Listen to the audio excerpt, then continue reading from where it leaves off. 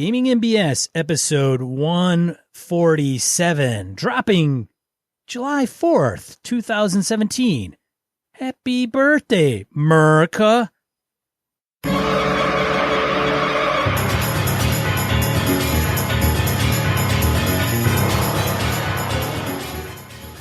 Welcome to Gaming MBS, a tabletop RPG podcast. I'm one of your hosts, Sean. And I'm Brett. Welcome to the show. Welcome back, folks. Glad to have you all here. Oh, and this is going to drop on July 4th, 4th of July, 2017. So happy birthday, America. And Canada Day. I know you did, but Canada, I had to say it. And Canada Day was not that long ago either. I think like a day or two ago. So happy birthday, Canada. So that was pretty cool. We got a lot of cool Canadian folks who listen to us. So I heard what they do up there on their Canada Day is they all buy new hockey sticks. I believe there is a lot of poutine, really good beer, gaming, hockey, and I think Stefan was probably, no doubt Stefan was grilling steaks probably. Mo, I would bet he was eating and drinking some amazing food and beers as well, and gaming because it's Mo. Yeah. Oh, and Eric Lamoureux. Oh God, I bet he was partaking, having a good time. Man. Anyway, good people. Yeah. And even the ones we didn't mention, we don't maybe know you by name. Happy Canada Day. Exactly. So now we're going to have to say that for every country, like every country's little holiday, because we don't want to isolate anybody. Ah, shit. There we go. We'll have the holiday show one day a year. We'll just thank everybody for listening from whatever country. Anyway. Yeah, that's not a bad policy. So announcements. We'll do the fast one real quick. Obviously, GameholeCon is indeed coming. GameholeCon is that pesky convention that Sean and I talk about on a regular basis. First weekend in November. Not only do you need to get your ass there, but if you're going to run games and you listen to us, we would love to have you run games under our banner. Submissions are open. If you want to run something on our banner, let us know what you're up to, and we'll do our best to make sure we get your name on our roll so that if we're able to swing any Gaming BS swag for people who run for us, we can get you accounted for appropriately. Don't know what we can do this year. Had some fun last year. We'll see what we can make happen this year. And the OSR Oh, sorry. You got something, Sean? Oh, yes. The OSR contest winners. Sean and I paired up with Jason Hobbs of Hobbs and Friends of the OSR on the Misdirected Mark Network. And we had a series of folks write in and gave us some pretty cool adventure ideas, a little about a page here. We had The Silk Merchant of Barabbas by Neil Benson. We had Goblin's Henchman come in with the quote-unquote balanced encounter. We had The Curse of Vargot the Blue. The Curse of Vargot the Blue by Gabriel Perez. We had Diogo. This one I called The Treasure Room. Diogo did not name it specifically, but I call it The Treasure Room. Jay Murphy came in with one as well, A City of Spiders, which is pretty cool. And Dan Dome, Giant Cronenberg Rat, which is pretty cool as well. So 1, 2, 3, 4, 5. We had 6 of these buggers. We know when contests like this, when you got to sit down and crank out some documentation, it's not always easy, and we all have day jobs and stuff. So thank you everybody for writing in. And if you're listening to Hobbs, I think Hobbs actually beat us to the punch because he aired before us. But the winner is Gabriel Perez, Vargot the Blue, The Curse of Vargot the Blue. And the second place winner is Goblin's Henchman for his balanced encounter. So, as we said with the deal, both of those winners are, of course, outside the U.S., which means I've got some shipping to do. I've got to get my Greyhawk supplement, the old brown little book, out to Gabrielle. So, Gabrielle, we'll be reaching out to you with Jason Hobbs to figure out shipping and get that taken care of. Mr. Henchman will also reach out to you, make sure we get you squared away with the Trask book. And Jason and I are working with Chris Nizak from Misdirected Mark to take all of these components and lay them out into a special edition of the Hobbs and Friends of the OSR zine that Jason Hobbs does. And we'll get that included in the special edition of the zine. And we will then have that out to our patrons and so forth. So thank you, everybody, for submitting. It was cool. Love reading that stuff. So thank you all very much. Yes, thank you for everybody taking part and, Scott Hubbs. Oh, the Hubster? Yeah. He's a good egg. And yeah, so if you haven't listened to him, go ahead and check him and his show out. And then, I mean, Jason Hobbs and Brett were the key instruments behind that contest. I will not take any credit for, but they did all the legwork and everything. Sean will help pay for shipping though, so he gets no credit, but he gets the bill. So it all works out in the end. It always hits my desk in some way or another. Exactly. My mouth writes checks that your ass has to cash. That's how this goes. Oh. Speaking of which, Maverick 2 is coming out. Or Top Gun 2 Maverick is coming out. Christ, I saw that. That's right. Sean's ass got a cash. All right, there you go. I saw somebody's like, I can't remember the name of the person. Somebody on Google Plus said, somebody needs to look him in the eye and say, "Oh, honey, no. Just no." Dude, I'm going to see that. I'm going to see that movie like 20 times when it comes in the theater. You just want to see the slow motion volleyball scene again. All right, moving on. Playing with the Boys by what's his name? Who's the god damn it soundtrack guy? Yeah, we're not doing this. Random encounter. He wants me to sing. I can tell. Yeah. Random encounter. We got a few this week, starting off from the write-ins regarding episode 146, which had to do with tactical combat. Tactical combat. How do you deal with tactical piece players? I should say those players who are better at tactics than you may be, or at least they're able to use their 4 or 5 against your 1 effectively. So. Sean? So Blake, Ryan, and Crimfan wrote in ahead of the episode. We are now going to read their emails. You start. You want me to start? All right. Absolutely. So Blake Ryan's 2 coppers regarding tougher encounters. Bullet number 1. Humanoid critters can throw stink bombs that put the characters to sleep or make them sick. The humanoids are wearing cloth masks are simply immune. Modern version is gas mask and flash/concussion grenades. So he's given some advice on what you can do to kind of neutralize the power of the player characters. Number 2, all the bad guys charge 1 character and tell the heroes to stop or they kill them. In a modern setting, having 1 sniper with a laser scope is all you need to stop people getting physical. Next one, combinations. Spear throwing humanoids with ooze or just monster pets. Rust monster pets. That rust part's pretty important. Very important. Rust monster pets. Spear throwers target the casters. I just have this vision of a pack of kobolds or goblins in all leather armor with stone-tipped spears and a small pack or gang. I'm assuming rust monsters travel in a gang. A gang of rust monsters being driven in front of them at the tanks up front in all their gloriously wonderful, crunchable metal armor. I just love that idea. Nom, nom, nom, yum. And then while they're crying, then the obsidian tipped spears are flinging over the top of the now unarmored paladin and gutting the spellcaster. Anyway, carry on. Traps. PCs have to get around traps or ditches to get to the bad guys. It's hard to charge someone when you've trodden on 2 bear traps. The ditch can be filled with acid or oil. All this is fairly cheap and non-magical. For a modern setting, a claymore with a pressure plate trigger or a grenade in the letterbox can ruin a PC's day. Next one, if the heroes can get healed and resurrected, so can the bad guys.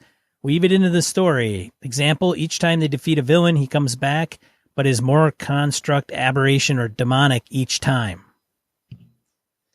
And the last one, if PCs can track down bad guys, interrogate their associates, and take their stuff, then realistically, some of the bad guys can do the same to the PCs. Nothing brings the PCs out of their comfort zone than finding bad guys snooping around their neighborhood and nailing the cat to the door, or maybe they can't find the PC's house and just set fire to the whole neighborhood. Yeah, I did that in a vampire game once. Set the neighborhood on fire? Pretty much. They couldn't find the safe house. They couldn't quite crack the safe house, so they just said, fuck it, and bomb the living shit out of everything around them. Kind of a firebombing approach. Crimfan also wrote in, as alluded to. Crimfan says, I found that different groups are better or worse at tactics. I played with one that is excellent at tactics for many years and have gotten a lot better at it myself in the process. A tactically savvy group uses teamwork, but that takes time. Here's some observations. They're written in a kind of 5e way, but can be adapted. The first rule of good tactics, attack where the enemy is weak, not strong. The second rule of good tactics, focus your fire. Don't scatter your damage around aimlessly, and have foes that are not unintelligent coordinate their attacks in a thematically appropriate way. Missile troops attack the casters or the healers, melee guys focus on holding the line with the party's melee characters, etc. This makes for a huge difference, but your players might feel they're just getting picked on, so you need to wean them into it. Don't tell them, though, just do it. Third rule of good tactics, kill the weak. Bloodied characters, I know it's not a thing in 5e, but really useful to note when a critter or character has 50% or fewer hit points. Draw more aggro because it's smart tactics to remove the weak from the battlefield. Smart players do this too. Now for some 5e specific stuff. Oh, by the way, and aside from Brett, that is one of the nastier things to be done, but I love doing it, is you've got that fighter who's just woozy and weak, and oh my god, he's beat down and he's gushing blood, and everyone just jumps on him. And I had a fighter player one time, were you just ganging up on me? Yeah, you're a badass, and I finally got you down to 25%, man. Look at you. You're bleeding all over the place. They're going to take you down. Anyway, Kermfan goes on. KFC's numbers, which are based on the DMG 5Es, are wonky and in my experience lead to easier encounters than nominal, especially for larger groups, where the action economy will overwhelm monsters. It's not too surprising as they have to be kind of t-shirt sizes for all possible groups where your group is yours and will be stronger or weaker against different types of encounters. A group with 2 clerics will be very strong against undead, whereas a group with no clerics will have a harder time. The DMG does not know your context. A group of 7 PCs is difficult to run for, but there's only 1 DM, but 7 PCs and the action economy will definitely be in their favor, especially when you have a solo monster. A good group will lock the solo monster down. I get the desire for solo monsters, but even with legendary actions, they work better with some Panzer Grenadiers. Yep. 5e assumes you'll have a certain number of smaller encounters, not one big one. It's part of the whole short rest mechanic, not one of its better features in my opinion. I have a few optional reinforcements as a backup. They may or may not show up as needed. Don't make them too tough, though, because just 1 or 2 can really shift the balance. Put a few extra weaker monsters who may or may not show up. For example, if you have an encounter with orcs, have a few regular orcs who can show up as reinforcements in round 3. If you also have an encounter start a bit more easily you can also have the encounter start a bit more easily with a planned better monster as the reinforcement. Characters start fighting orcs, think it's going to be easy. In round 3, the real threat, an ogre, shows up. You find that you haven't... good lord, I can't read. If you find that you have overclocked the fight, you can make the hit points of 1 or 2 of the monsters a little bit lower. You can do the opposite with an underclocked fight. Bounded accuracy in 5e really starts to break down in my experience when there's a large level gap. They've tried, but low-level monsters just can't do enough damage to be threatening except in really huge numbers, which drastically slows the game down to the excessive rolls. You'll want to use mob rules in DMG page 250. Don't just use monsters. Make interesting terrain and situations.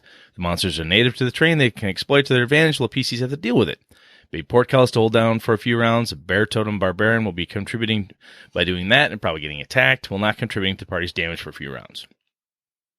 While the rules allow you to alter monsters by adding class levels, this can be a lot of work with relatively little reward. In 5e, I've come up with the notion of increased threat and reduced threat monsters as a quick way to manage this. Reduced threat, as in Yawning Portal, but I've been doing it for a long time. The idea is to alter a monster or boost or cut its threat level. Change its description so the players can't realize who's who, and it doesn't really feel incongruous. Reduce threat from Yawning Portal. Reduce monsters' hit points by 50%, -2 to attack, ability checks, saving throws, and such. Huge or larger monster size reduced to large. They're all worth half the XP. Increase. Raise it. Hit points by 100%. AC by +2. All attack saves and DCs by +2. Extra damage. They're +1 CR. Rounding fractions down. Increase the size by 1 category if it makes sense. All right. I think... one more piece here. For example, consider the orc. Increased threat, probably an orc champion of some sort, but have fun with it. Maybe it's a grossly fat orc. Cook, bashing people with a cast iron skillet, or one that's been magically altered in some way. We have 30 hit points. Attack bonus of +7. Do a 2d12 +3 or 2d6 +3 damage would be CR1. That's super easy to implement and doesn't require a lot of thought to get right. This approach works okay, but because it's not adding new powers, multiple attacks or the rest doesn't overturn the action economy and won't make the creature drastically more powerful. Whew! Those two boys had a lot of good stuff. You know, one of the things Crimfan points out, it touches on one of the things I loved about DCC, and a thing I've used a lot over the years, and DCC just kind of re-solidified it for me, is to keep the monsters mysterious. You see a big, fat orc, you know, this massive orc, damn near the size of an ogre, come rolling out of a kitchen with 2 cast iron skillets, a big leather apron, a patch on one eye, and he's bellowing and barking orders, and there's goblins running around. And you're like, oh my God, it's weird looking. If you take the time to describe the thing as different, sometimes just the fear of the unknown can be enough to overturn a party's balance, where they'll all focus on the cook. Even if the cook is a complete wuss, they focus on the cook and then accidentally ignore, you know, the hobgoblin assassins who've been sneaking up behind them in some examples. But anyway, a lot of really good stuff here. Sean, any thoughts or comments before we go past Crimfan and Blake? No, good stuff. Very good stuff. Thank you, gentlemen. I really appreciate it. Sean, next is yours. Bill Durfee emails us regarding 146 and better tactics. DMs used to hate me. My background in the infantry gave me a very solid understanding of tactics. Bill Durfee, thank you for your service. Absolutely. I really rained on one Dungeon Master's Parade when I set up an ambush using the magic user and thieves as essentially a heavy weapons detachment. I used rangers as my overwatch on each end of the beaten zone since they can't be surprised, and then when the bad guys came stumbling down the road, they sprung the trap. It was all done in 3 rounds, and by that time the only thing left was the giant. We had wiped out a force that was 5 times our size. I used to game the guy, as a quick aside, I used to game the guy who was former Marine Force Recon. And when Jan would say, hey, he liked to play magic users. We call him the Force Recon Mage, because, like, here's what you're going to do. He would just command the battlefield. I would go, uh-huh. And he would eat my stuff alive. It was amazing to watch. Anyway, carry on. So it kind of went like this. 3 magic users all casting fireball in the first round, and all the orcs and trolls and giants in the beaten zone. The DM had also made the mistake of giving the thieves crossbows of speed, almost like a machine gun, one might say. That pretty much cleared out all the monsters that were under 3 hit dice. The area to the east of the beaten zone had been filled with traps and low wire entanglement, but thieves. The fighters and clerics attacked from the west side, focusing on one giant and then the other until everything was dead. The fighters moved to the north edge of the beaten zone to provide security, while the thieves and magic users sifted the ashes for treasure. The rangers had already secured beyond the north edge of the zone. It was a massacre. We did a reorganization and then marched off to our haven, but the GM learned to try and mitigate that tactic by making it dangerous to use fireball, and there's nothing saying that the players can't go stumbling into an ambush too.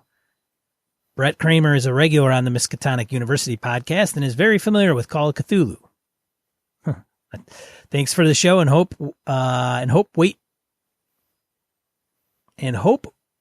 Walt. Oh, wait.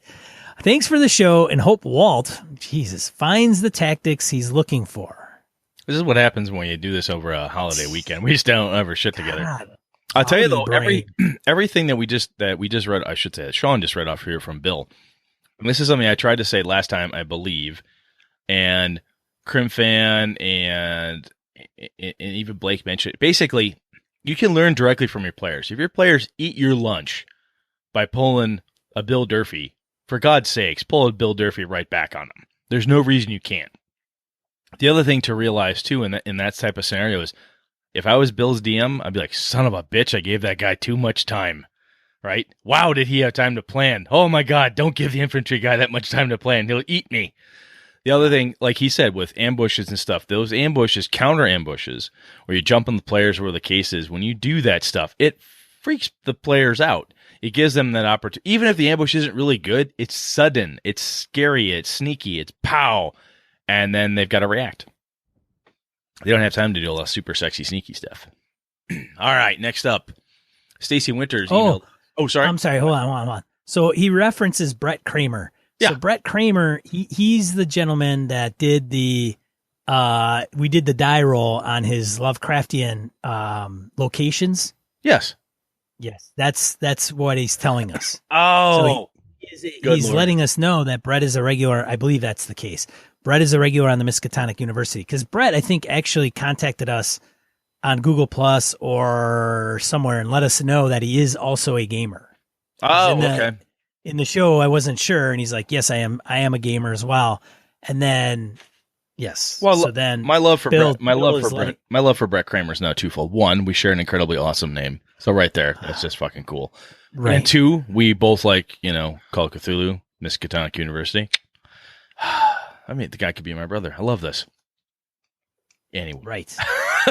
So I that's why I'm like, wait, why is he putting that in there in kind of like this weird position? Oh, that's why. Okay.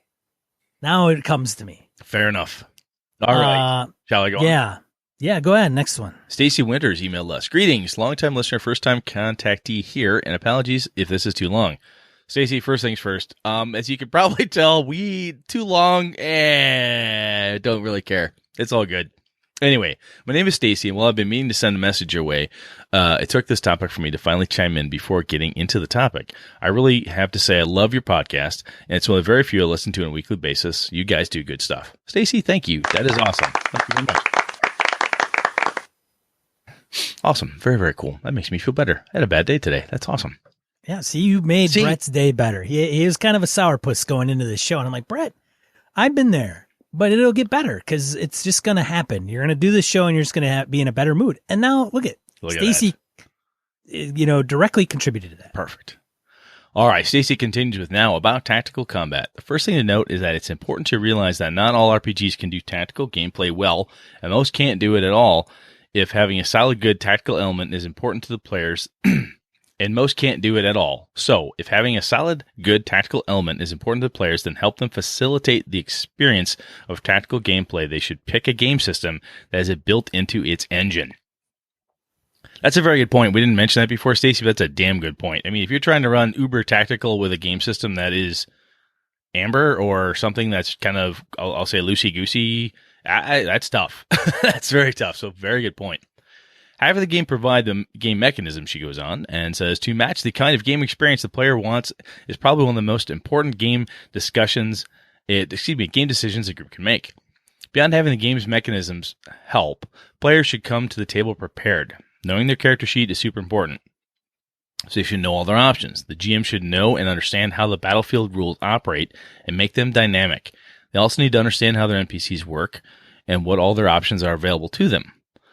Some of this is just basic stuff that should happen anyways. But for this kind of game, nothing can steal a tactical game faster than a player GM not knowing what something does that's on their sheets. Apparently, Stacy's been listening to our Players series as well, Sean. Know your damn character sheet. That's right.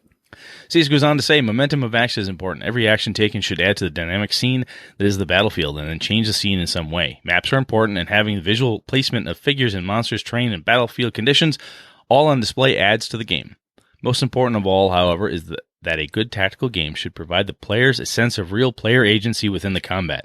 The player's actions should be helped by the game's rules, and rules should be designed in such a way to provide them the freedom to feel like they can actually do some cool actions and maneuvers without having to rely on the GM fiat for the actions to work. I guess this also means that there has to be a good trust between players and GMs because all it takes to suck the fun out of a good tactical game is for GM to make some quote-unquote ruling of a game rule that he doesn't like and is changing it simply because he wants to. This is where the games that are also more rulings not rules don't fare well as tactical games because a good tactical game needs rules. Of course, there's a fine line between just enough rules and too many rules. D&D 4e is just enough. Pathfinder's too many and not in a good way. And 5e is not enough, for examples. The battlefield of a tactical game should provide options, both for players and GM to use. That means every battle that takes place should have a reason for it to happen. I mean, sure, you can go down the path of playing in a hack-and-slash game, but if the game is just endless repetition of fights with no real meaning to them beyond being the grindfest, then you might as well play World of Warcraft or Candy Crush. Those games do grindfest much better. I like that. The Candy Crush is what gets me giggling. There's a list of some games that provide the means and game mechanisms to facilitate good tactical game experiences. This list has to start with D&D 4th Edition. One of the pinnacles of tactical role-playing, and one of the very few RPGs that has ever helped me as a player to feel like an epic badass while playing the game. This also has my 4E as my personal favorite edition of D&D because no other edition has ever helped me feel like that. Another well-known is Savage Worlds, which I'd say it does this well too. If you want another D20 game that does this, then look to Iron Heroes, the game Mike Mearls did before he got hired by Wizards. This game is awesome. Then to round out this list, there's Strike. That's an exclamation mark at the end. Which is similar to D&D 4E, but powered by the Apocalypse, like game mechanics. Valor, a D&D 4E like game, but instead of picking your abilities from a pre-made list, you make your own. And my personal favorite, Fragged Empires, which is a beautiful science fiction post-apocalyptic RPG that does squad action pretty well. Have a game that provides players the agency to do tactics and to pull off doing amazing and awesome actions on the battlefield while having a real say in the combat story is probably how best to pull off a good tactical game experience. Thank you for your time reading this, and please keep up your wonderful podcasting work, Stacy. Whew, long Stacy, but I'll tell you that was some awesome stuff. So thank you very much. That was good. Now, Brett, you mentioned that Stacy may be she. We don't know if Stacy's a she. That is true. I did say she. My apologies, Stacy. I have met men who are Stacys. So Stacy, my apologies if I offended one way or the other. Just in case you're a guy, we didn't mean anything by it. No, I do not. Steve Orlick writes, "Hello, gents. Just figure I'd share how I try to make combat challenging but not deadly. Well, maybe sometimes deadly. I read somewhere that preparing encounters to have 3 stages makes it easier to control the difficulty. I'd like to give credit for that idea where it's due, but I forgot where I saw it. Anywho, one of the stages can be something like reinforcements for either side if the fight is getting a bit one-sided. An environmental event or trap can help even the odds as well. Also, if you use a GM screen of some sort, you can fudge die rolls or hit points." Ooh, there's a debate. Not something I'd recommend being done often, as it can break player/GM trust. But if that big boss fight you spent hours planning is turning into a rout, sometimes you gotta do what you gotta do. That being said, letting the players decimate something that shouldn't be used as a tactic in and of itself to instill a sense of false confidence in them. Next time you can have them walk into what looks to be an easy encounter, but have the monsters be much more powerful than expected. Hey, we killed a dragon! What are these 6 orcs going to do? Reskin those orcs to be genetically altered in some way so that they don't fight like orcs at all. Maybe storm giants or Emprians.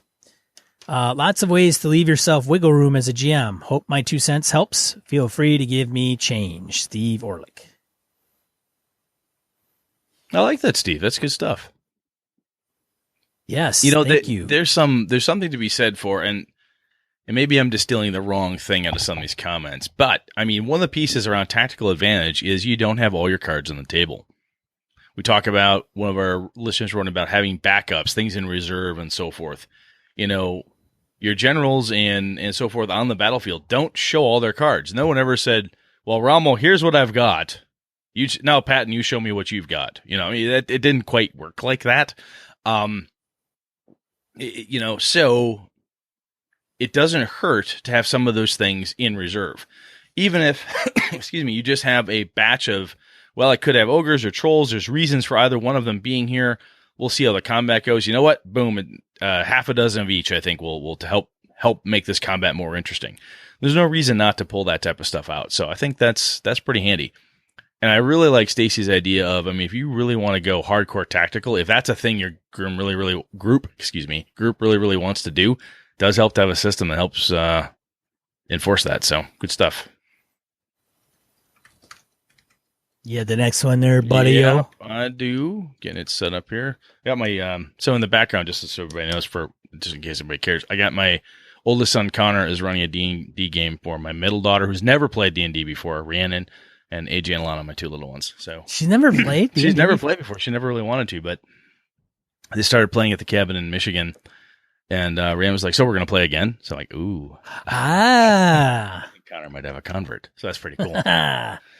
My wife just sent me a text and said everyone's still getting along. There was some arguing, but that has all been squashed because Rhiannon's like, "Come on, move the story along." That's my girl. All right, back to pre-gens. Mike Passwald emails us. "Hello again, BS men. On the topic of Session 0 and using pre-gens in home games, my own experience is positive. I've been running some DCC funnels and have a stack of characters on hand. And having a stack of characters on hand does a few good things for my table. Excuse me. I have spares when the death toll is too high. I've been there. It saves time and lets us jump right into the game. Also, since I'm a proponent of rolling stats by the Iron Man 3d6's Fate Would Have It method, random pre-gens get all the fiddly work out of the way. Players get practice learning how to read the sheets to determine character strengths. Character development happens through play. As you might know, picking the wrong guy for a task during the funnel... ... Fill it in. I've run other games for 3 unique groups of players, and even though they didn't get to roll the dice for their characters, the emergent character development worked in their favor. In all cases, by the time we were done with our first session of play, the characters they ended up with were still as good to them as if they had rolled them themselves. Hope this all makes sense. As always, keep up the good work. Oh, looks like Mike also emailed us and said, hey, fellas, a little bit on the side here. Said, one of your friendly Illinois brethren here with a couple quick hypothetical questions. He says, let's say that I or someone I know completes the registration process for a con and all of the games fill. What options are full? Oh, my God. What con options are available to the lost? In that case, what would the investment in the sandwich board be worth it? My apologies again if this was covered already. Hope to run into you all at Gamehole. Oh, my God. As I mentioned before, my origins lie in the land of cheese and beer. Strange as it is, I never encountered for a real bubbler. Oh, he's a original Wisconsinite, so that's awesome. Yeah. So, so first of all, thanks for writing in, Mike. I'm sorry you have to live down there by Hubs. Well, he does have VCs down there, so that's just. Oh, that's true. VC Young, the maker of Gaming BS maps, does help raise the rest of the Illinois gamers up a bit. So. Well, I think there's an email later that mentions somebody from Minnesota. Oh, actually, no. Oh, it might have been an email I sent where they mentioned they were from Minnesota and an enemy. And I said, being a mud duck or from Illinois, because you're a gamer, all that is set aside. Exactly. Gamers' blood is thicker than water. That's right. Exactly. But going back to his question. Yeah, I mean, if all the games are full, holy fuck. Okay, my assumption is small con, or it's all the games that you're interested in. So there is always the option. I did this at Origins. Every game I played at Origins was off book. Now, I was fortunate. You gotta get somebody that runs off book. Exactly. I was fortunate that I was running off book, and was very fortunate. I had listeners of the show and Misdirected Mark, friends and fans of that show. We all knew each other, so I kind of had a ready-made posse of folks who were ready to throw down and game or run a game, damn near at a moment's notice. We kind of had a mini Gaming and BS, I should say Misdirected Mark run plus Gaming and BS plus She's a Super Geek group of folks there all gaming together. So there is always the option for running off books. Some cons do have open tables and such. I don't know which con you're speaking of there, Mike. So if shit's open and you can find a table, you can always maybe wrangle up some folks. But yeah. Sean, have you run into that? Everything you're looking for is full? No? Maybe. I'm hoping that it's like you said, Mike's looking at games that he wants to play and they are full, but that not every game at the con is full. Because that's craziness there. And hopefully if at the con has pickup games, they have usually a roster like Gary Con, Gamehole Con. I could speak directly. Usually they'll have a sheet that people will put down a game that they're playing off grid or running off grid and what time, and then maybe a table number, or they'll muster at that table at the start time, and then they'll go and find a table, and then you can just show up, and then boom, you're good. The other thing to do too, Mike, is possibly grab onto the social media for whatever that con is. If you got a Facebook page, Google Plus, Twitter, even a blog post, excuse me, a website, anywhere you can contact people and say, hey, I'm going to be there. I'd like to run a thing, or I'd be interested in playing something. Is anyone running off book, or is there any space open? The other thing, and I hate to say it, Mike, and maybe this is not your thing, but I got to tell you, man, one thing to do is run games for that con. If that's a fun con you like to go to, maybe to get in, you need to run the game. I mean, this is how I think Sean had talked about. This is the way a lot of us end up being game masters. Is like, all right, no one's gonna run Star Wars. Son of a bitch. Guess I'm the guy to run Star Wars. Yep. Guess what? She's she had enough of everyone's crap, and she's running Dungeon World because no one else will run it. God damn it. So you might need to do that. I don't know if it's too late for that convention or not, but one way to grab players is to be willing to run a game of your choice, and it's easier probably to grab folks who have open time to play it than it is always to walk around saying we'll play, we'll game, I'll fill a spot on your table kind of sandwich board. It's easier to have hey, I'll run Dungeon World, for a sandwich. You might be able to pull that off. I don't know. And when all else fails and all hope is lost, you go get yourself a freaking copy of Happy Salmon. Yeah, because you get a copy of Happy Salmon within 5 minutes, you have a bunch of people hanging around you wondering what the hell you're doing. People are going to want to play your game after they see one round. If you can get 4 or 5 people playing that thing. Yeah. That'll work. Then you're going to have fun. All right. Hope that answers your question, Mike. If not, drop us a line. And we do hope to see you at GameholeCon. Absolutely. Thanks for writing in. We had some, speaking of writing in, we had some long listener feedback here, but everybody, thank you all very much. Sean and we've said this many times, and we continue to mean that you guys have got some great stuff. I mean, these, I would say 10 or half the topics we've had have come from discussions we've had back and forth with our listeners through this format. So thank you, men and women, very much. Please keep it up. It's always awesome to hear. And let's get to the main topic. Let's do.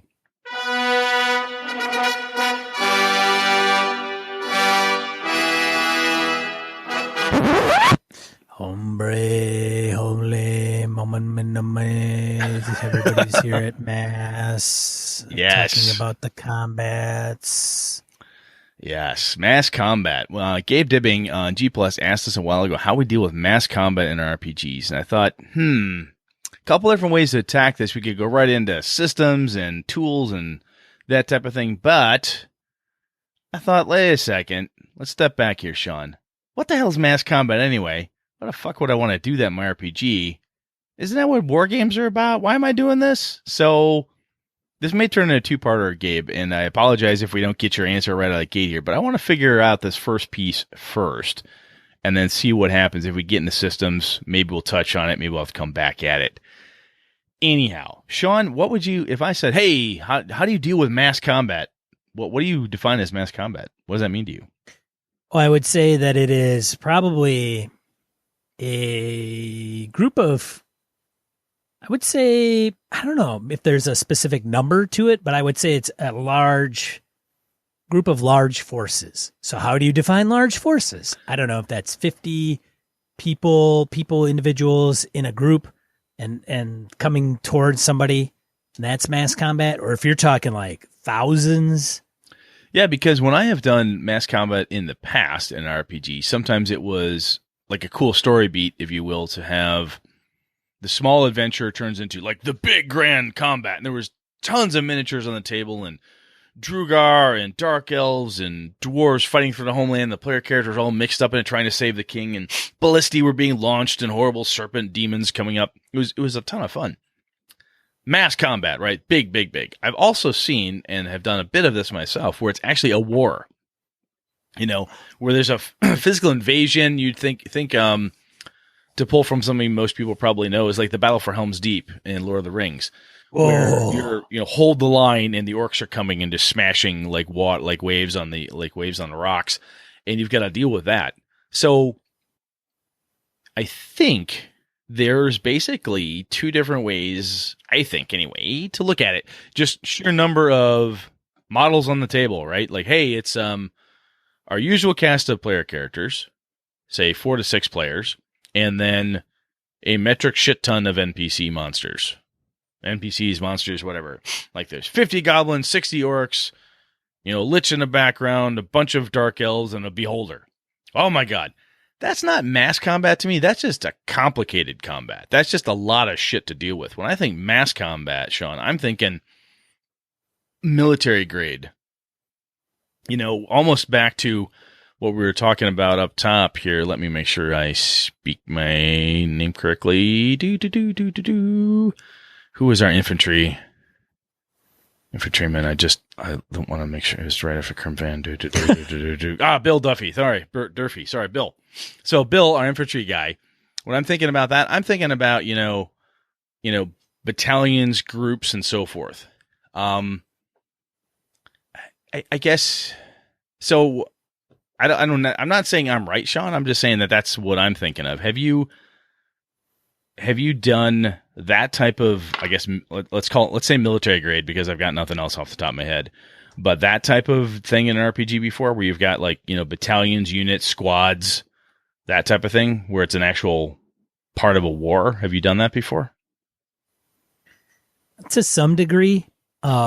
Jimmy, one of Jimmy's characters in Doc's homebrew game, ran, and he was running a barbarian, dumb as a stump, but he was kind of like the leader of what became known as the Bloodblades. So the Bloodblades had I don't know if it was a couple platoons, maybe a company size. It wasn't overly huge. And, he was the head of them. And so he could lead them and take some of those resources to kind of get into more of a bigger combat action. But individually, the way we ran that, they were mass combats, but the way Doc ran them was we were running a combat not much different than you would any other combat. So in other words, we weren't tasked with there's 1,000 over there and 100 over here. What do we, where are we going to do? It's kind of like where we were going to go as our own little group, while the other part of the army battled somewhere else. And then when we went into that encounter, it wasn't that much different than a regular encounter. When I've done it on a military grade version of the mass combat, right, it's often been you're a squad or a small group of men and women. You're going to go, you're kind of the black ops, the super special ninja type forces, because for fuck's sake, you're player characters. So you're high level fighters, high level clerics and wizards and thieves, and you guys have got all these great skills, or you're the, anti-vampire forces, you're the super ex-Spetsnaz nasty fuckers that go in and do whatever in our modern game, or sci-fi. You've got crazy ass shit. But anyway, your guys, your men and women in that little squad are doing a very special mission. And a very mission-based thing where you're going in, and your mission will help turn the tide. I think also that came to mind is in Hellboy, in the movie Hellboy. I'm a fan of the comics as well. But never saw it. Never saw the movie Hellboy? No. All right. I'll give you a pass on that because I'm giving you so much shit about Star Wars. I'll give you a pass on that. And The Thing, man. Yeah, I haven't seen The Thing yet. So a few of the guys have called you out on that, Brett. A few? I think there's a list of people that keep asking me every week. See it yet? Anyway, there's a piece in there where, Rasputin is trying to do a thing. And, okay, I don't fucking care if I spoil it because the movie's been out forever. So Rasputin's trying to open up. Oh, no, I don't want to see it. Great. Rasputin's trying to do this horrible thing, and a small squad of U.S. troops and British troops are trying to show up and fix this problem. It, helps to turn the tide of the war in some respect. Is that the thing that stops the Nazis? No, not necessarily. But it helps to cut their knees out from under them on this particular occult front. So a similar thing, right? Where the player characters, they may actually be the people who are going in to take out the despot on, Alpha Centauri. And they're the ones that, if they make this happen, they assassinate this person and she's dead, then thank God the rest of us will be okay. So that is how, whenever I've done military grade, there's a war on and you're going to do your part for the war effort, it's always been squad based. Here's a very specific mission, may the gods help you. I hope you get back alive. We'll know if you won. We'll know if you did it because, everything will explode. And we know you didn't do it because you never made it back, type of thing. So that's how I've done that. I think the fun about having that squad-based action for a big, as a piece of a war, mass combat in a game is you feel like the players and their characters have this definite, there's a thing that you're supposed to do that's incredibly important for the effort, right? Get this thing done, take out Rasputin, solve the occult component of this war, nip that in the bud so we can do the rest of the work we've got to do. Take out this special edge that they have. I think that lends a lot of passion and meaning to things, and also helps to, if you want it, you can have some inter-party conflict, right? Someone says, well, I don't know if maybe Rasputin's a nice guy. You can have some of that if you want, but there is a level of this needs doing because it's bad if it's allowed to happen. We have to stop this thing. So there's a level of bringing the group together. It's a mission. You're on it. You've got a job to do. Go get it done. And I think that lends to some good group goal setting, I guess. You with me? Yeah. Yeah. We've handled it in a similar way where it's more squad, and even then the big baddies that we would encounter happen to be the where we were. So if we said, all right, we're gonna mount an attack, we're all gonna go in this direction, and we're gonna go in this direction, like the party. And so the forces would go all in one direction, and then we would, and then wherever we went were the big bads, like the big, huge trolls or the big orcs or big giants or whatever. They just happen to come our way, or it would just be a segment of them, maybe a bigger group than the rest. So maybe if it's a force of that included 5 giants, we'd have to deal with 3 of them, while the others dealt with maybe one in one space and another in another space. But it wasn't very, I think when people think about mass combat, it wasn't like I was commanding 1,000 people. My other player character was commanding another 1,000 people. How are we moving our forces? How are we commanding them? It was very much like, I mean, if you could picture like Lord of the Rings, the movie, and you had the hero is always kind of in one spot going through a group. But usually the group is really kind of whatever you're seeing, right? It's not like, okay, you've got 30 goblins around you. No, it wasn't like that as much as it was, a couple big bads, a couple minions, but it was still scaled more towards if we were to be a squad-based unit. Even though we'd have others around us, it wasn't part of the narrative. Well, maybe it was part of the narrative, but it wasn't part of the tactics. Makes sense. Yeah. So again, I think from what you're saying there it also reminds me of R.A. Salvatore's Crystal Shard, the first book he wrote of the Icewind Dale trilogy, where Drizzt and Wolfgar and Bruenor and all those folks kind of come out. Have you read that one? Is that that fanfic book? Oh my God. Is that fanfic? Yeah, that's So somebody tell that's, it's funny. I'll next he doesn't listen. When we see Ed Greenwood at GameWorld, I'll have him kick you right in the nuts. I don't know if Ed's going to do it, but Bob might. Oh, Bob. I think Bob might. I don't know Bob personally, but from what I've seen about Bob, you might now I'm going to go out on a limb and say Bob doesn't listen to this podcast, but I'm sure he has probably got the world record for tell us about your character story. Oh, for Christ's sake, yes. Tell us about your character story. The guy's written books about his character. But I'll tell you what, there's just as a quick aside, as Ed Greenwood said in a seminar, I keep writing Elminster books because they keep paying me to do it. Right? Well, keep buying them. So when they tell me, hey, they want to know more about it, all right, I'm an author for a living. I'd be a dumb shit to not do this because I'll get paid for it. Anyway, so in the book, excuse me, there's a big war at the very end. And Drizzt and the halfling Regis have to go deal with the thing. So what they're doing is they're having these little squad-based, if you will, encounters. These very either one-on-one or whatever. But that's the same type of thing. Like we'd be the ones, our player characters be the ones. We're going to sneak into to Wizard's Tower. We'll fight the trolls. We'll battle our way past the demon. We'll be there to take out that wizard, cut the head off the snake, and then the game master will tell us how we won the war from behind enemy lines, right? That's what we're expecting. So, excuse me, if we step out though and say, all right, so that's kind of military grade. That is how I have dealt with military type actions in an RPG. I have played Warhammer Fantasy Battles.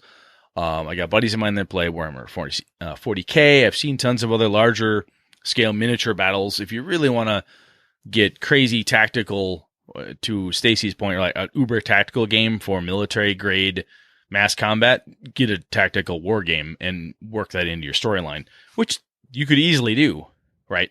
But so let's take this to mass combat being just a metric shit ton of stuff in a room. I don't even know where the line blurs from, like, shit ton of stuff, right? When you have, is it 50 goblins, 60 orcs, 40 trolls, and 2 wizards? Is that where it gets? Or I don't know. I think some of that has to do almost when it becomes a tactical mess for the game master, where they're like, oh shit, I forgot about the dark elves, and those guys haven't moved for 5 rounds, type of thing. Have you run into that where you basically there's so much stuff on the table, either miniatures or theater of the mind, just to say table, where there's so much going on at the table in one specific encounter you can't keep it straight? I haven't run into that specifically, where we're keeping track of that, the minutia. We've had combat where you've got forces and locations, and tactically we may be advising because we make good tactic rolls or what have you, but I haven't played in a miniatures game where we've had everything out on the table, rank and file, hundreds of miniatures, and I haven't gone into the meta or the mega kind of scenario. It's really pretty much been that squad-based kind of approach. Now, I'm trying to think. Maybe no. I don't know if it's just because of the games I've played and the people that have run them have just chosen to not break out that mass craziness. Well, I'll tell you, when I have had the mass craziness, one of the things that, from a bog it down perspective, and if you listen to the show long enough, Brett can't stand shit that gets bogged down, unless it's this podcast, because I just talk in circles. But in my games, I want shit to move forward. And the times it's driven me bananas is when it's been a huge brawl, right? So there is, I use my D&D type example. Well, there's a nasty evil wizard, cultist, fucker, cleric, whatever in the background, and she's going to just stomp the crap out of us. And she has a small, quote-unquote, army of demi-humans, goblinoids, that are going to be just rolling on us, plus a giant or two or whatever. And when the first pack of goblins comes howling down on us, and there's 30 of the fuckers, and the DM is rolling 30 20-sided dice. Okay, the first one rolls miss, miss, miss, or even rolling them in groups and just trying to figure it out. That type, and then when you do damage back, so that's bad enough. Then when you damage the goblins with a fireball, like, okay, this one's saved. I got saves out of 15 out of the 20, so it's half, and then da-da-da. Okay, I think 3 of them are dead. I mean, if you're listening to that and you're not falling asleep, I mean, good for you, but that shit is boring as hell. And that's where I think some of the newer gaming tech or mechanical tech of MOOCs, the concept of, look, 13th Age did a really good thing here, and I think 5e does this as well. I don't know 4e enough, but where you have average hit points, and I know even 3.0 and 3.5 had this, average hit points or even average damage that they can deal out, just a kind of an assigned number. And say, oh, look, roll once for the whole group, that type of thing is what we've always done to try to speed that up, right? So when a pack of goblins, 30 goblins comes roaring up, the mage drops a fireball on them, roll once, maybe twice, give them advantage because they're in a mass or something. A lot of times what's happened for us is that the mass combat rules for that type of mass combat have tended to be ad hoc because it doesn't happen that often. And I know there's mob rules in 5e, I believe, and a number of other games, where you can gang up and all that stuff. And I know that there are other systems that have really cool rule systems around it, but we just never, it happens so rarely to us that we end up just doing something that we think sounds fair at the time. Does that make sense? It does. And I think going directly to Gabe's question is, how do we deal with mass combat? And I would, if I were to run mass combat tomorrow, first of all, it depends on the system. Yeah. And if the system has mass combat rules, then I would try to implement them and make that happen. So if it's Savage Worlds or GURPS or D&D or Pathfinder or whatever, if they have and I should say, well, I would start with native rules. If they have them natively for the system, then I would do that. if they don't, and there is a supplement that may have rules for mass combat for that system, then I would maybe take a look at that. And I say maybe because my last option would be to kind of implement something of my own homebrew, which would probably equate something to the effect of like a skill check. So if you're not familiar with a skill check, I'm not going to go into a huge amount of mechanics with Brett and I. When we went into this show, Brett was like, I really don't want to get into the nuances of mechanics for every different system and how those different systems use mass combat. But essentially, it would be a matter of who are the party members, who are the strategic tacticians of the group. Maybe there was one, maybe there's two. And then I would treat like, okay, make this roll, you make that roll, you make that roll. And it's not a conscious, you're not doing. So if you've listened to some good podcasts, good podcasts, hey, if you have, let us know what they are, because we only know like Misdirected Mark and a couple others. So if you know better ones out there, I mean, there's good stuff. I mean, Darcy's got her good one and so on. But anyway, carry on. Gus, wake up over there. So my point is that if you would do it in a way that would not be like, okay, you roll this because you're rolling your part, or maybe you can. It depends on your GM style and your play style. But typically you would kind of say, all right, you're going to set a target. Maybe it's 5 successes. If they get 5, this happens. If they hit 4, this happens. If they hit 3, this happens. So then when you put those down, then you have them make checks, whatever those are. Maybe there's a strategy check, tactician's check. Maybe there's, I don't know, an ambush, something along those lines. A character rolls that. The wizard's going to drop some big fatty nukes, have them roll that, come up with some arbitrary target numbers. And then based on the results and how many skills checks or successes they've had in that series, that warrants like they win overwhelmingly, or they, rout this group in the East, but the West still stands. So something along those lines, meta it, quick it, fast it, done. And then what are they going to do based on the results? I do like that. I think what you just said when you say meta it quick, I think that's definitely a piece. When I have run that type of there's a lot of minis on the table, a lot of characters in play here, NPCs, monsters, player characters, blah blah blah. I'm gonna make a ruling that this happens. Does that are we fair with that? Oh yeah, that sounds fair, Brett. That's good. Okay, I'm gonna say that you did this. That sounds like it should take out about half of the goblins. Yeah, that sounds about right. Okay, half of them are gone. Although what you do say, and it does make sense if we do get into another episode where we talk about specific rules, perhaps. But one of the things we've said in our player series is absolutely true here too, is that if you're planning a mass combat like this and you don't know, I don't know the mob rules for D&D. I don't know the the overbearing rules. I don't know what happens if there's what the mook rule is, or how to use average hit attacks, or how do I roll saving throws for a mass of a similar type of creature, or whatever the case is, or even if creature equals 50 Space Marines versus 50 Delta Space Marines. I don't even know what that is. If there are rules for it, as Sean said, it behooves you, as you tell any player, learn how to cast fucking spells if you're a wizard. Learn how to do the fucking mass combat rules if you're going to run a mass combat.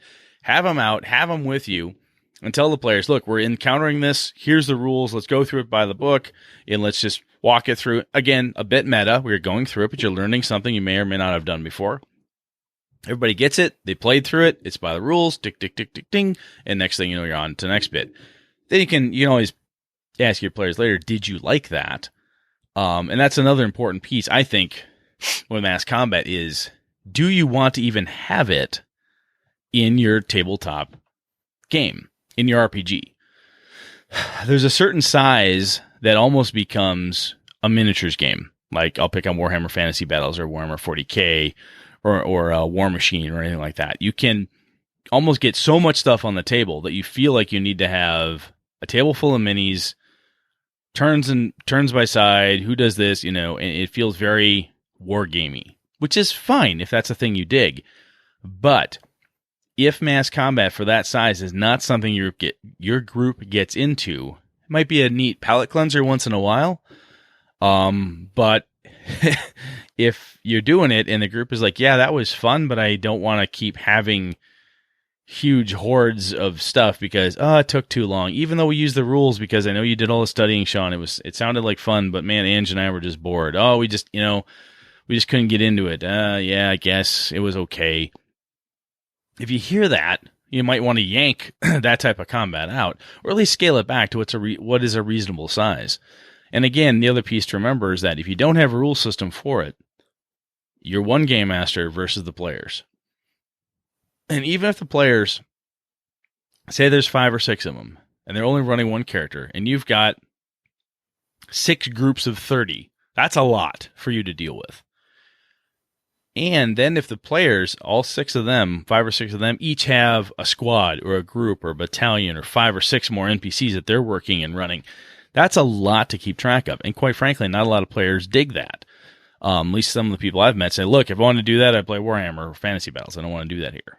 So I think, Sean, my reason for doing a big combat like that every once in a while is because of just the raw epic nature of, let the bodies hit the floor. There's so goddamn many things laying out there. The barbarian has a chance to just cleave and make their way across the battlefield in the old Pathfinder 3.0 and 3.5 world. Or you just the huge auto fire bursts and you take down all the foes and you're able to put the flag down. There's some really cool in the middle of a war feeling type of things that can happen there. But I don't like to do them all that often because they become too tedious and they're very combat focused. If you have a group of players who are much more talky story people, this type of thing might not be a regular crowd pleaser at your table. At least that's my opinion. Yeah, I think you definitely with anything gotta sprinkle it around a little bit and not make it the theme of your game unless everybody's on board with it. Yeah, and I think because having it happen at cool key points, wow, we finally did this, and by doing this, we defeated the Lich King. We did this, and we killed, or were able to finally get so and so from, this other country to surrender, or wherever the case is.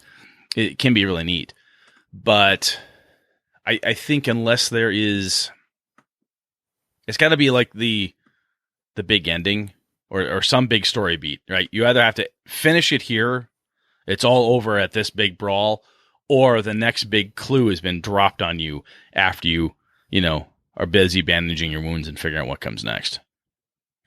Yeah. All right, man. All right. So obviously, Gabe, I'm going to assume, quite frankly, that we probably didn't do everything you wanted us to talk about there. So if you've got a finer point to us, Gabe, let us know if we missed the mark. And I'm positive our listeners, as we heard earlier in the show, you guys are super smart, smarter than Sean and Brett. Hit us up with how you've used mass combat. How have you defined it? What has your group defined it as? How you've used it in your games.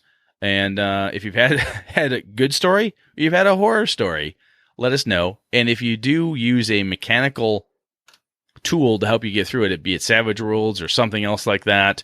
I know in one of the one of our posts on G+, I know Eric Lamoureux and a couple other folks were going kind of back and forth about different options around Savage Worlds and how it works and so on. So don't be afraid to anyway, call us out. Let us know what you think, because there's definitely some mechanical stuff out there that's better, or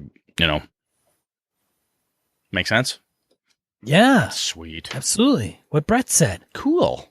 Let's get into die roll. Let's do it. Right, die roll. Brett's got a couple. Yeah. Go for it, Brett. All right. So, first things first, I'm going to jump down to my second one. Darcy Ross is now part of Monty Cook Games. So, Darcy, congratulations. It was really cool. Yes. Absolutely. Applause. Sean and did we mention that last episode or not? I think we may have. I don't remember if we did. And honestly, was late on a holiday weekend. I thought, God damn it, Darcy deserves another round of applause, if nothing else. By God. We had Darcy and Troy on a while back from Cypher Speak. They talked to us about the Cypher system. They're super cool people to have on the show, and that's just awesome. So if nothing else, Darcy, from Sean and I, to you, congratulations once again. The other one I have is Glenn Seal, a.k.a. Monkey Blood Design on the G+, has a Kickstarter going out there. The Midderlands, an OSR mini setting and bestiary. He defined as a green-hued dark fantasy, old-school mini setting and bestiary set in a twisted Middle England. I follow Monkey Blood on. I follow Glenn, I should say, on G+. Super cool dude. Makes some really just great art, really good layout. And he got a hold of me and said, "Hey, Brett, if you'd be willing to take a look at my stuff, could you, just let me know what you think and so on." And I started looking at it over the weekend while I was up at my family's cabin with my kids and my wife, and God damn, that's some cool looking stuff. So the Kickstarter's still going. He's got 27 days to go as of today, July 3rd. Link in the show notes. Go out there, take a look at it. I think it's pretty damn sweet, and you know what? I think I'm going to have to throw a few shekels at this guy. This looks pretty sweet to me. I like this stuff. It scratches the old OSR itch, and he's a good artist, and he does really great work here. I think it's good stuff. So take a look. See what if you like it, throw him a few bones. Right. How a secret criminal language emerged from the underworld. Dictionaries made thieves' cant accessible for the masses in the 16th through 19th centuries, written by Natalie Zarelli. So if you want a little bit about thieves' cant, there you go. Awesome. I like that. Number 2, draw a figure in under 5 minutes. So aspiring artists or character sketchers, get the most out of your life drawing sessions with these 10 simple tips for quick figures by Chris Legaspi, I would say. Very nice. Legaspi. Yeah. Link to the show notes. And the last one for me this week, using open source tools to play D&D. How a dungeon master generates ideas, makes maps, and more for this face-to-face game by Joe Klein. Very cool. Yeah. There's mine for the week. We've got 3 from listeners. What? Yeah. So Ezra Rocha shared Jason Petrie's post about Hellscape's Kickstarter. It's post-apocalyptic survival for D&D 5e by Scrivened LLC and funded and ends August 1st. So it is funded, and it's ending August 1st, 2017. So link in the show notes to Hellscapes. Take a look at that. So if you get this show after August, then you'll just want to go and buy it probably on drive-thru. Yeah, that's true. I hadn't thought about that. Yes. Check it out. Stefan Dragonspawn pointed us to Cattle Rock. So this was kind of a late down in Cattle Rock. Down in Cattle Rock. Cattle Rock. Although this is not unlike the Happy Jim Henson's Fraggle Rock. This Cattle Rock is a site of large annual animal sacrifices, goats, sheep, and the eponymous cattle by local satanic groups during the 80s and early 90s. City of Belleville, Kingston, Ontario. It's wow. You know that whole Happy Canada Day? You crazy sick bastards up there. What are you doing? Then again, we're from Wisconsin. We've got Ed Gein and Jeffrey Dahmer. So what am I saying? Anyway, good stuff. As Stefan pointed out in our Google Plus page, it's one of those things where you read that, and if that doesn't scream, Delta Green, Call of Cthulhu, some sort of a modern occult thing, it's definitely there. If you're a gamer, you know how to make something of that. Go do it. And Mo Tusino brought The Nightmare Below, a dungeon crawl role-playing game, to our attention. So let's take a look here. The Night Below dungeon crawl role-playing game looks pretty cool. Sean, do you know anything about this one? This is new to me. This is neat, though. I don't know much about it, but it is something interesting, and I don't know who's putting this out. I don't know if I can find the author on this thing. Can't find it. All right. I don't see it on there. It's on Google Drive. Oh, I'm sorry. Artwork, layout, writing, and design by Emmanuel Galetto. Nice. Yes. Very So cool. thanks for Emmanuel doing that and Mo bringing it to our attention. So a little bit of OSR stuff going on that you can take a look at. It's interesting. Well, good stuff, man. Yeah. It is good stuff, man. It is. You know what we're going to do next show here? I'm going to catch you. What are we going to talk about next show, Brett? Next show, Michael Drescher wrote us back. A longtime listener to the show. Awesome dude. Michael Drescher. Yeah, he's a fellow Wisconsin guy. Right up north. Right up north down in our Sauk. Yeah. In Sauk City. It's like a half hour from my place. Anyhow, he was talking about this kind of, when do you pull the plug on Mystery's Intrigue? It's kind of that, when does the player mystery need to end in the game? Sean and we've been bantering about this for about 140, it'll be 148 episodes when we hear it next.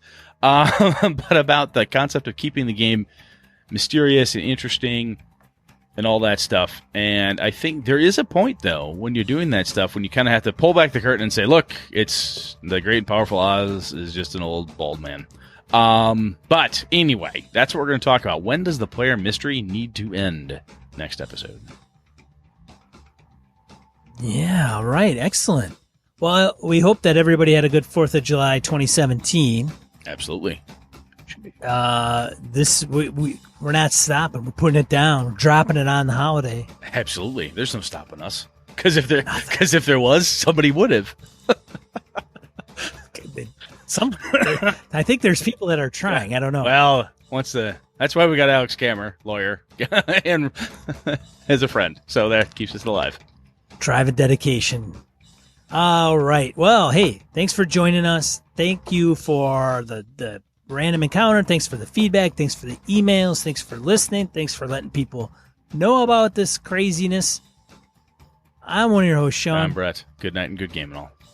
This episode of Gaming NBS brought to you with the help from the following patrons: Christian Sexy Voice Serrano, Kevin Lovecraft, Joe Swick, Brett's Biggest Fan, Jeff Rademacher, Forrest Gary, Mark Anthony Benedetti, Eric Jeppesen, Andy Hall, Sean Nicholson, Tim Jensen, Knights of the Night Crew, Palladian, Remy Bilodeau, Jason Hobbs, Wayne Humfleet, James Carpio, Pure Mongrel, Lord Tentacle, Corey Johnston, Eric Tankcar, Brandon Barnes, Mark Tasaka, Tim Shorts, Dan LaValle, C.W. Mellencamp, Craig Huber, Eli Kurtz, The Lost Sailor, Graham Miner, Todd McGowan, Roger Braslett, Misdirected Mark Productions, Old School DM, Jason, Christopher Gray, Finoff, Ray Otis, Merkel Froelich, Eileen Barnes, Tony Sugarloaf Baker, Todd Crapper, Michael Parker, Jim Fitzpatrick, Michael Drescher, Wiz Static, Alexander Auerbach, Rodrigo Beowulf, Neil Benson, Ron Blessing, Evan Harrison Cass, Chris Steele, Eric Hoffman, Jared Rasher, Stefan Dragonspawn, and Soldiers of Misfortune RPG.